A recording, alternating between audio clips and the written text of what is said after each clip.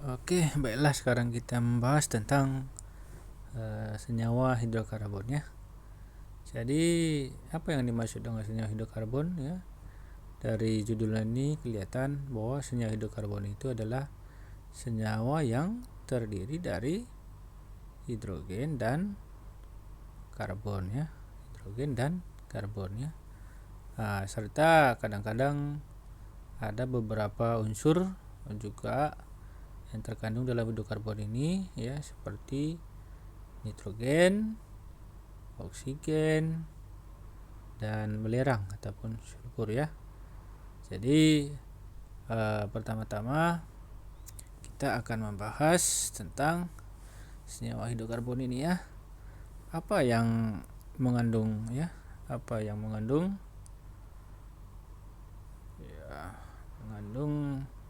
hidrokarbon ya?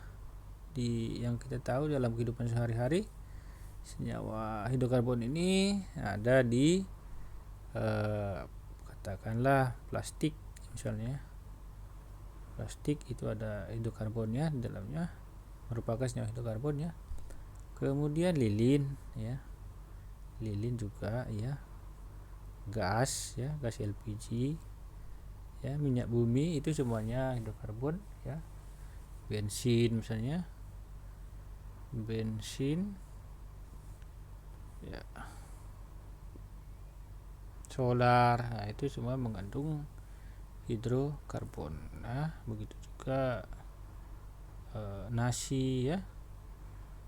Nasi, kayu, itu semua merupakan senyawa hidrokarbon ya.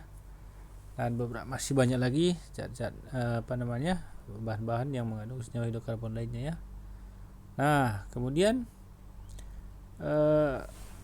bagaimana cara menguji apakah dalam suatu zat itu ada hidrokarbon ya? Bagaimana cara mengujinya? Nah, coba kita lihat sekarang ya. Ya, bagaimana cara mengujinya? Cara uji apakah zat itu mengandung hidrogen dan karbon ya. Jadi hidrokarbon itu kalau dibakar ya, hidrokarbon itu kalau dibakar itu akan menghasilkan CO2 dan H2O ya, CO2 dan H2O. Nah, contohnya misalnya katakanlah kayu ya. Kayu itu merupakan senyawa hidrokarbon. Kalau kita bakar kayu ini ya, kita bakar kan dia bereaksi dengan oksigen ya. Bereaksi dengan oksigen di udara dan akan dihasilkan gas CO2 dan H2O ya. Dua zat ini yang akan dihasilkan kalau kayu kita bakar ya. Bensin kita bakar sama juga ya, bereaksi dengan oksigen di udara akan dihasilkan CO2 dan H2O juga ya.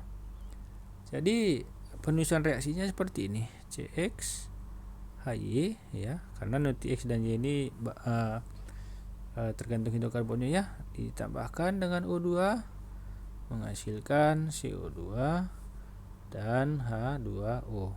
Nah, gini penulisan reaksi secara umumnya ya. Nah, di sini kan dihasilkan CO2 ya. Nah, dan dihasilkan H2O ya. Nah, untuk membuktikan suatu zat yang mengandung hidrokarbon dan enggak, nanti kalau dihasilkan CO2 berarti dalam suatu zat itu berarti ada karbonnya gitu kan. Dan kalau nanti dihasilkan H2O berarti di dalam itu ada hidrogen, sehingga disimpulkan bahwa yang kita bakar tadi mengandung hidrokarbon ya. Nah, caranya seperti ini ya. Contohnya misalnya di sini ini misalnya ya. Ini katakanlah tabung ya, tabung reaksi ya. Sini kita taruh, katakanlah di sini kita taruh gula ya. Gula. Ini gula ya. Ini kita sumbat seperti ini. Kemudian di sini ada kita buat pipa ya, pipa kaca ya, ditutup di sini, sumbat di sini, kemudian ini dihubungkan ya, di sini dihubungkan ke dalam, katakanlah gini ya, di sini ada Ca OH 2 kali atau kapur ya, CaOH 2 kali ya, larutan CaOH 2 kali. Ini bening ya, ini bening ya. Nah, gula ini ya, ini kita bakar di sini, kita bakar, dipanaskan di sini ya, di tabung kaca ini tadi. Nah, gula ini rumus kimianya adalah C12 ya, C12 ya, C12 H22 O11. Nah, kan berarti ada hidrogen, ada karbon di dalamnya ya. Nah, untuk membuktikannya nanti kalau kita bakar ini, kita bakar gula yang di sini tadi, nah kan dihasilkan CO2 ya, hasilkan CO2. Nah, CO2 itu kan gas ya, mengalirlah dari sini ke sini ya. CO2 ini kalau ketemu dengan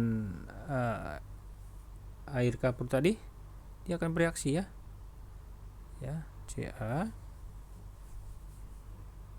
OH 2 kali akan terbentuk kalsium karbonat CaCO3. Ini mengendap ataupun padatan ya. Di sini akan jadi keruh ya. Keruhnya itu apa? Si CaCO3 tadi. CaCO3 karena dia bereaksi dengan CO2 tadi ya. Nah, berarti kesimpulannya di sini ada karbon ya. Karena ada CO2 ke sini, maka berarti di dalam gula tadi adalah ada karbon ya.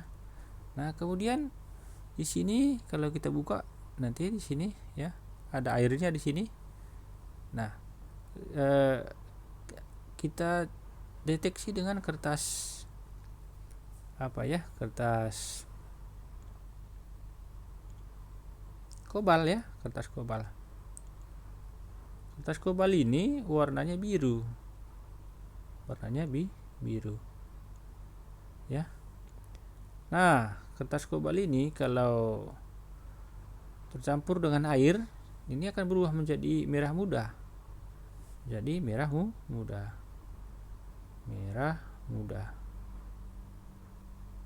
Nah, kalau misalnya kita taruh di sini dan kita kenakan ke uap-uapnya tadi, dan kobal ini berubah menjadi biru, itu artinya kan ada H2O ya.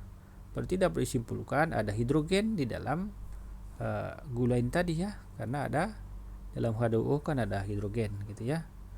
Jadi begitu cara menguji apakah dalam suatu zat itu mengandung hidrokarbon ya. Contohnya misalnya kalau kita bakar di sini lagi, misalnya taruh di sini gantinya bukan gula ya, katakanlah garam dapur NaCl ya. Nah, ini tak akan keruh di sini karena tidak ada dihasilkan CO2. NaCl itu dibakar tidak ada karbonnya kan, maka tak mungkin dihasilkan CO2 gitu ya. H2O juga tidak dihasilkan, jadi maka NaCl itu bukan senyawa hidrokarbon ya. Seperti itu cara mengujinya.